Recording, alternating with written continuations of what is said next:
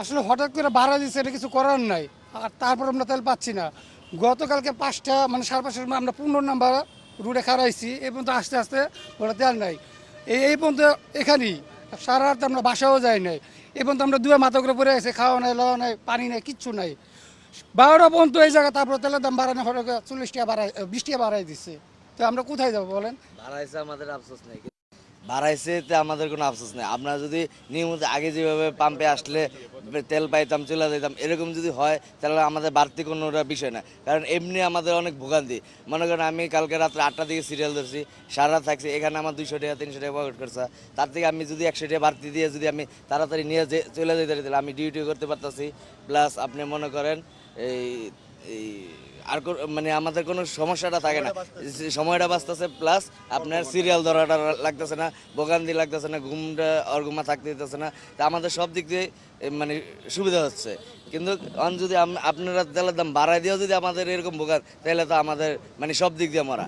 আর একটা কথা আমি বলতে চাই, ভিআইপি যদি, যেহেতু এরাই মানুষ, আমরা তো মানুষ না, ধরতে গেলে সাধারণ জনগণ মানুষ না, তাহলে ভিআইপিদের তারা আলাদা একটা পাম্প করে দেখ যে আপনারা শুধু ভিআইপিরা সিরিয়াল ধরেন, যেভাবে নেন ওইখান থেকে নেন, আর সাধারণ জনগণ এখান থেকে নেক। তাদের কোনো ভিআইপি কিংবা কোনো আপনার মনে করেন যে পুলিশ, তারা যাতে আলাদা একটা পাম্পে যায়, তাদের আমাদের সাথে লাইন ধরা দরকার নাই। প্লাস তারা তারা যদি তাদের মনে করেন তারা ভিআইপি, তাদের দাম অন্যরকম, তারা লাইন ধরবে না, তারা তাদের মতন লাইন ধরুক। আমরা যে কোনো একটা পাম্পের নির্দিষ্ট যে এটা শুধু সাধারণ জনগণ দিবে, তারা এখান থেকে নিয়ে সুন্দরভাবে চলে যাবে। প্রতিক্রিয়া কি, এখন হঠাৎ করে বাড়াই দিয়েছে, এখন সরকার বাড়াইলে তো আমাদের কিছু করার নাই। কিন্তু রেগুলার যদি তেলটা পাইতাম, যেমন গতকাল সকাল 7টার সময় আসছি, আজকে মনে করেন যে 24 ঘন্টা অলরেডি পার হয়ে গেছে। এখানে থাকা খাওয়া, বিশেষ করে বাথরুম টয়লেটের খুব সমস্যা এখানে। আর কিছু কিছু লোক আছে, বিশেষ করে এলাকার কিছু পোলাবান আছে, আর একটু পরে দেখবেন যে ভিড় শুরু হয়ে গেছে। এরা মানে জোর করে নিয়ে যাচ্ছে তেল। আবার এদিক দিয়ে ঢুকে আপনার মনে করেন যে ভিআইপি, এরা সরকারি লোক।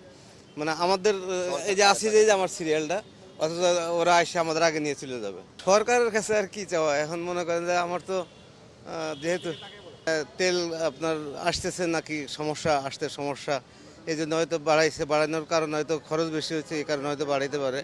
কিন্তু রেগুলার যদি আমরা পাইতাম তাহলে জিনিসটা সুন্দর হতো।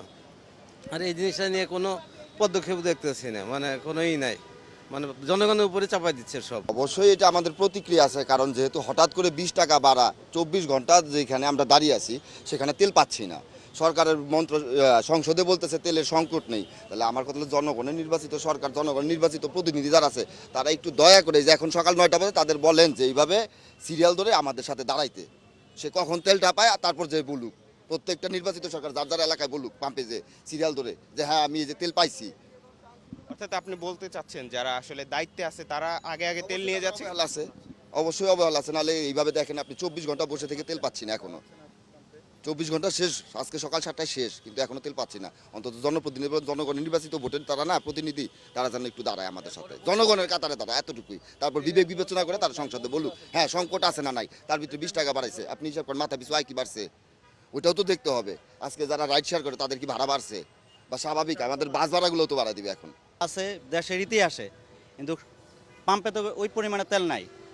আবার যারা ভিআইপি আছে ওরা এসেই তেল নিয়ে চলে যাচ্ছে, কারণ আমাদের সাথে তারা লাইনে দাঁড়াক, তারা বুঝুক আমাদের কষ্টটা, কিন্তু ওইটা না করে তারা কথা বলতেছে এটা সেটা। তেল আছে পর্যাপ্ত মানে কোনো সমস্যা নাই, এর ভিতরে তেলের দাম বাড়াইছে, ওকে ফাইন, কোনো সমস্যা নাই।